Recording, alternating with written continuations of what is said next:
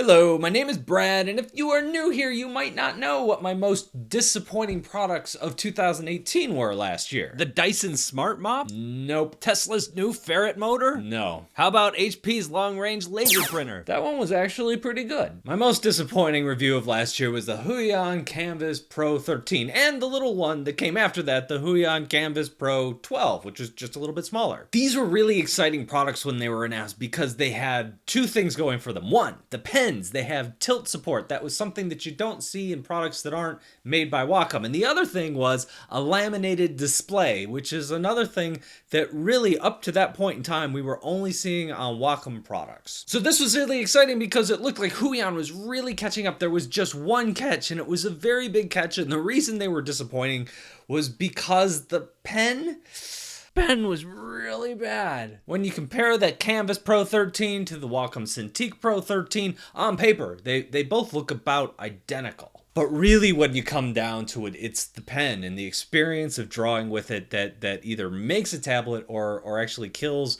the experience of using it. And unfortunately here, it was the latter. It fell short. So here we are. I am doing a video, the likes of which I have never done before. I am doing a re-review, or at least a post-review, where I talk about what it's like to use now. Because those reviews happened in like October and September, maybe even August of last year. And since then, Huion has released a new firmware update that fixes the pens. I've had the opportunity to use it, and I can say, it is so much better.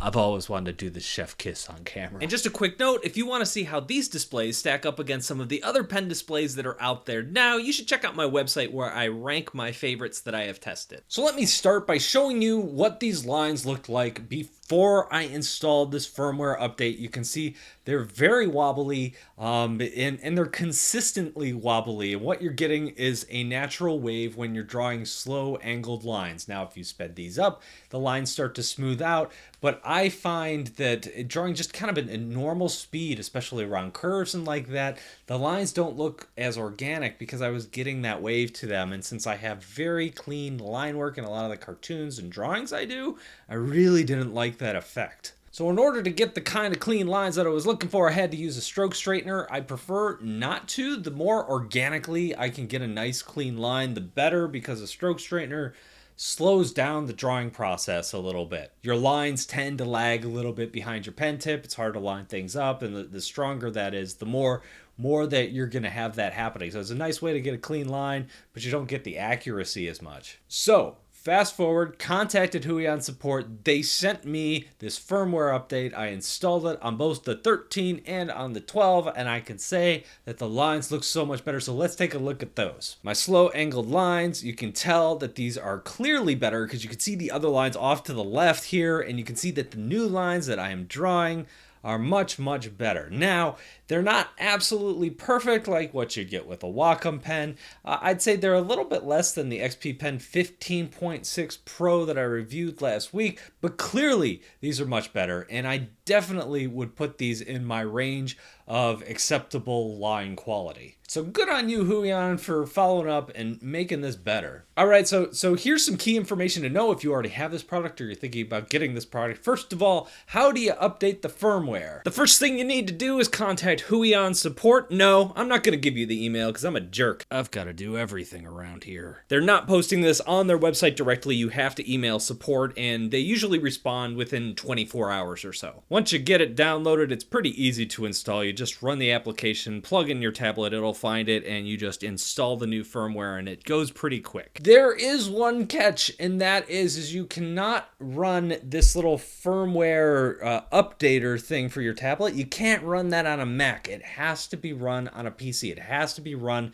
on a Windows computer. Once it is updated, however, the tablet will run on a Mac computer just fine. You just can't update it from a Mac computer. So hopefully that makes sense. Now, another question I had is, will the firmware update be automatically installed in all new Kamvases, the 12 and the 13 going forward, and they said yes.